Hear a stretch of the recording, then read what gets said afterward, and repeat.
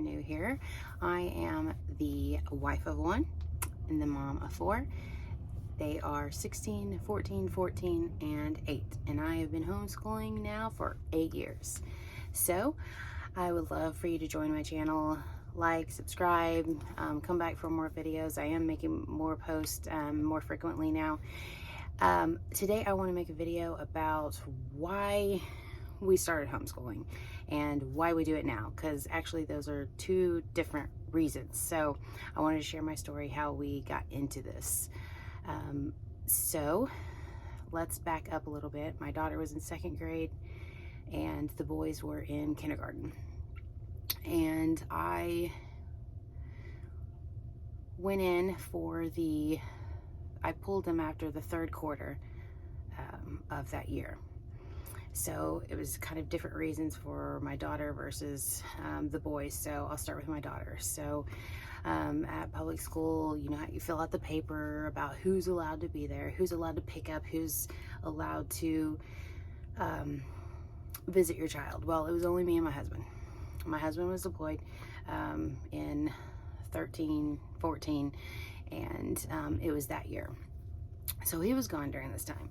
So it was still only me and him on the list, and I had found out that a family member of mine, not a dangerous one, but a family member of mine had went and had lunch with my daughter.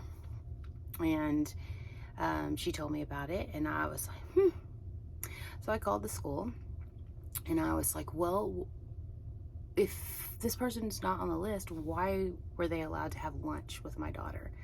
Well, we thought it'd be okay because, you know, we know him and he's an upstanding citizen in the town. And I said, well, listen, you know, this is not about how you feel or if you know them or the good old boy system. This is simply about you allowing someone in there that I did not have on the list. Did I ever worry about my daughter's safety with this person? No. But the fact that they did not heed my instruction and look at the paper that I had signed for the school, huge no-no for me.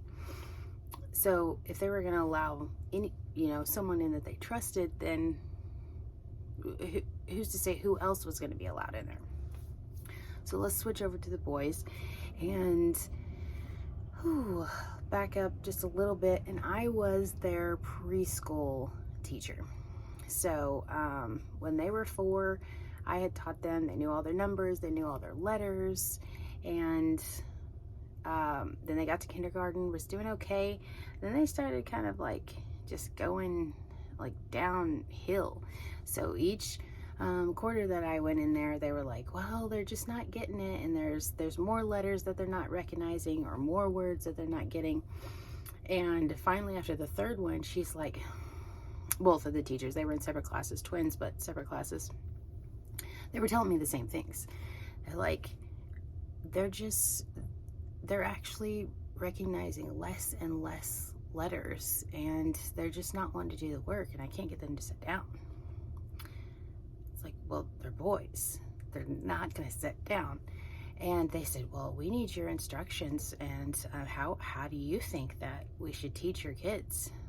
That kind of alarm went off in my head. Like, well, you're the trained teacher. Shouldn't you know how to teach these kids? And I said, they're not going to learn words that don't interest them, or if you're making them sit down the whole day and do it and learn these words, or if they don't get them, then you're taking away their recess. That's making it worse and worse. I said, make them march around the room and say their letters and spell the words that you want them to. They wouldn't do it. They were taking away their time outside, which made it worse. And finally I was done. Pulled them out, called and talked to my husband that night and said, I did it. I pulled them out. He said, you did what? Pulled them out. You pulled the kids out of school. Yep. He's got to tell his side of the story because it's just, he he comes from, well, his mom's teacher, counselor, so he was very, pro public school. Anyways, I would like him to tell his side of the story because it's different.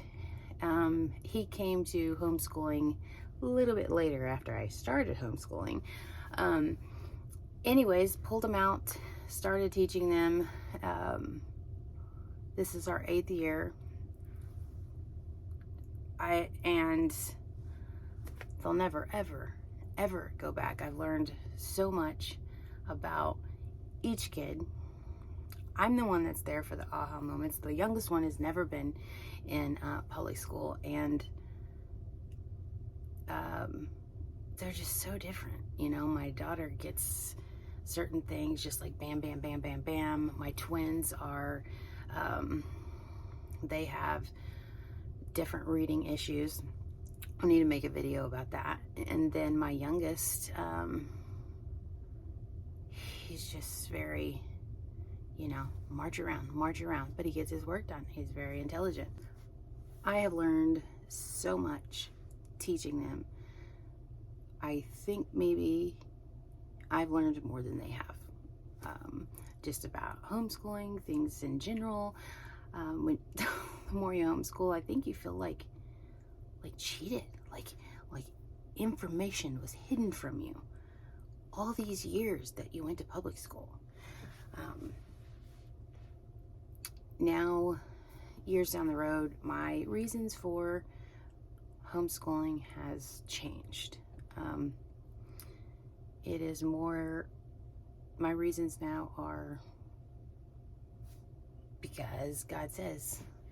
I feel like He pulled me into this journey, led me into this journey, and it kind of hit me all at once.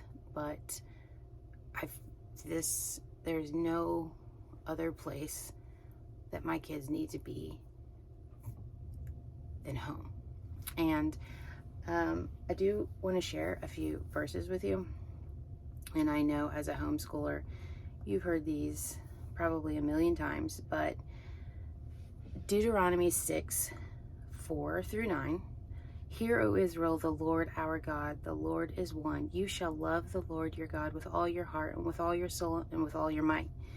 And these words that I command you today shall be on your heart. You shall teach them diligently to your children, and shall talk of them when you sit in your house, and when you walk by the way, and when you lie down, and when you rise.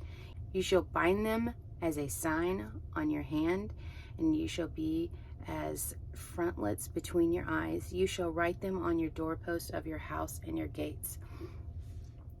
How can I teach them all day, every day, if they're somewhere else? If they're in a public school, if they're gone from 7 in the morning till 5 at night.